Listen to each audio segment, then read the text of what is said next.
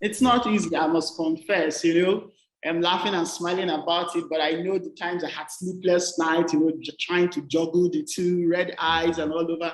And sometimes I ask myself, oh my God, what have I gotten myself into? Right. Hello, everyone. Welcome to Educative Sessions, a podcast series with people in the developer world about their coding experiences. This is brought to you by Educative, which makes it easy for authors to provide interactive and adaptive courses for software developers. My name is Lee Ngol. Today, my guest is Chinenye Ikpa, who is a software developer trainee with Decagon and also a Edpresso community contributor, as well as a winner of our recent contest. And today we're going to talk about her experiences, that it's never too late, a mother's pursuit of code. Chinenye, welcome to the show. Thank you so much, Lee. I'm glad to be here. Glad that you're here as well. Chinenye, when you were getting started, you actually already had so much on your plate, right? You had a lot of responsibilities.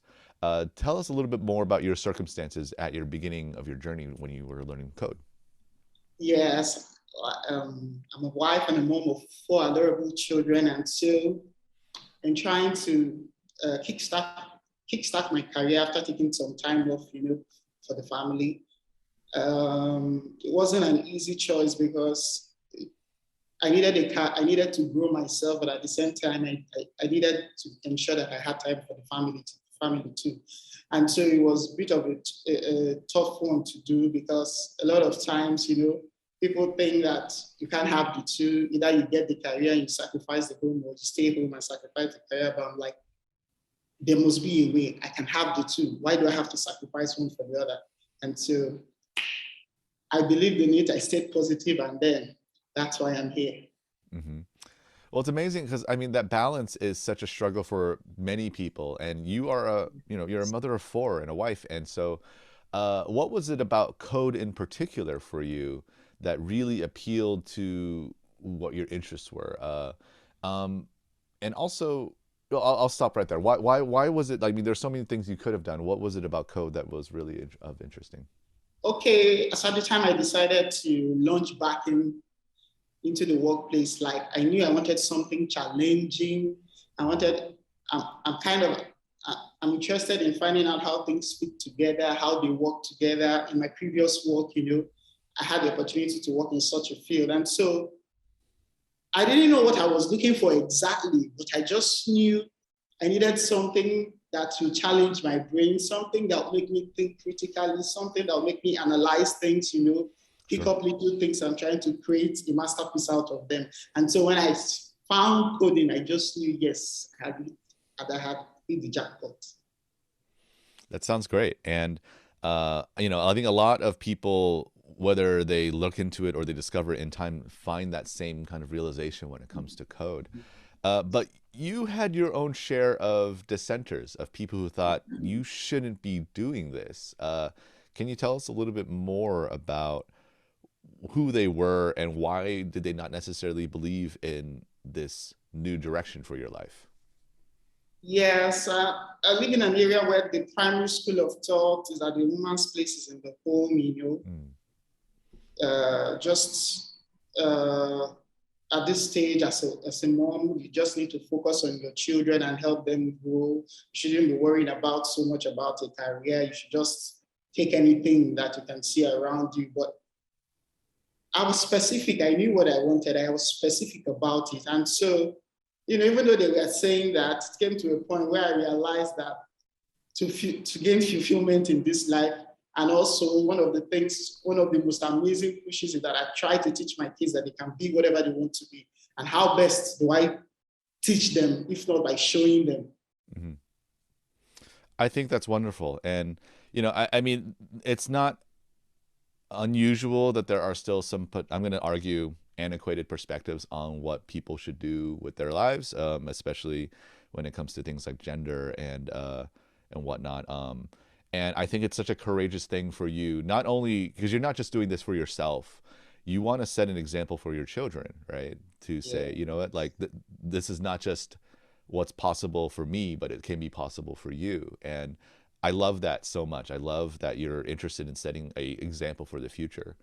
Yeah. So, but even with all that, I mean, it can't be easy. It's not as simple as, well, this is It's what I not want to do. easy. Right. It's It's not really easy. not. It's Yeah. not easy. I must confess. I'm laughing and smiling about it, but I know the times I had sleepless nights. Trying to juggle the two, red eyes and all over. And sometimes I ask myself, "Oh my God, what have I gotten myself into?" Right. And But then, right, right. Go ahead, please. yes, what have I gotten myself into? But then I realized that that's part of life. Sometimes we are down, and the next minute, rise up, move up, and keep pushing. Absolutely. So, I mean, I got to ask, because you that was actually my last question for you, which is, how do you maintain that conviction, right? Sometimes, I mean, for many people who don't have the same kind of responsibilities, coding's still very hard. They get knocked down. And and in your case, there's a lot of other things and a lot of people who are not necessarily as supportive as they should be, right? What Yeah. keeps you going? What gets you up from the ground when you get knocked down? Okay. I would say that there are different perspectives to that. The first thing is that I have a good family support system. They try to help me out as much as they can. Mm-hmm. And then on the other hand, like I said earlier, I'm so into family. When I look at my kids every day and I'm like, oh God, they can't give up. We have a family value system where I teach them that they should take responsibility for their actions. They should practice what they preach. We never give up. We go for gold. And so when I'm done and I think on those things, I repeat to them and we repeat to ourselves daily. I get up and I show them that this is how it's done. That's lovely. And I remember in our discussions before, you go for gold. That's your mentality when you wake up in Yes. the morning. And I think we need a lot more of that. We need a lot more people who are just going to go and maximize the potential of their day. And I think that's what's led you to be so successful so far. Chinenye Ikpa, we have come to the end of our questions. I know it's gone so fast. I want to give you an opportunity to talk about really whatever you like, whether it's your experiences at Decagon or just any kind of position plug. The floor is yours. Go for it. Yes, Decagon, it's like me living my dream. I saw something, I decided to go for it, and Decagon stayed true to it. So I'm like grateful for them, grateful to them. Even other areas that things I didn't know I was good in, they kind of helped me grow myself. So I appreciate that a lot. And also for Educative.io, when I saw that I won, I was part of the winners in the competition. I was so surprised. I didn't even expect that. It was like a shocker to me.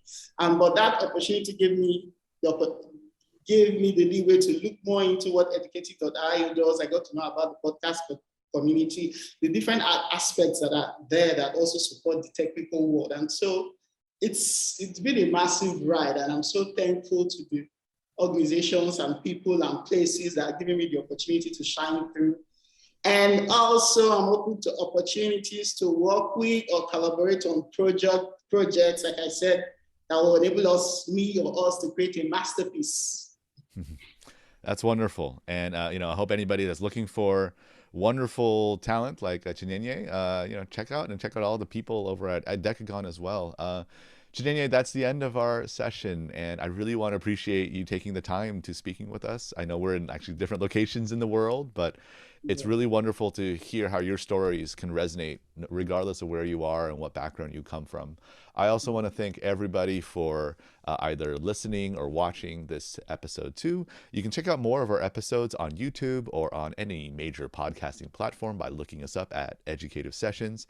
Of course, if you want to learn a little bit more about Educative itself, check us out at educative.io. And you can check out work like Chinenye's on our Edpresso platform by looking us up at educative.io/Edpresso. So for all of us here at Educative, thank you so much and happy learning. Bye-bye now. And thank you so much, Lee. Bye-bye. Bye-bye. Hope you enjoyed that session. This episode is available on YouTube and also on many podcast platforms. If you'd like to be part of Educative Sessions, the form is open now to apply via the link below. You can also email me at lee@educative.io. Lastly, don't forget to like and comment on our content. Be sure to subscribe for us as well. And of course, you can learn more about us at educative.io. Happy learning.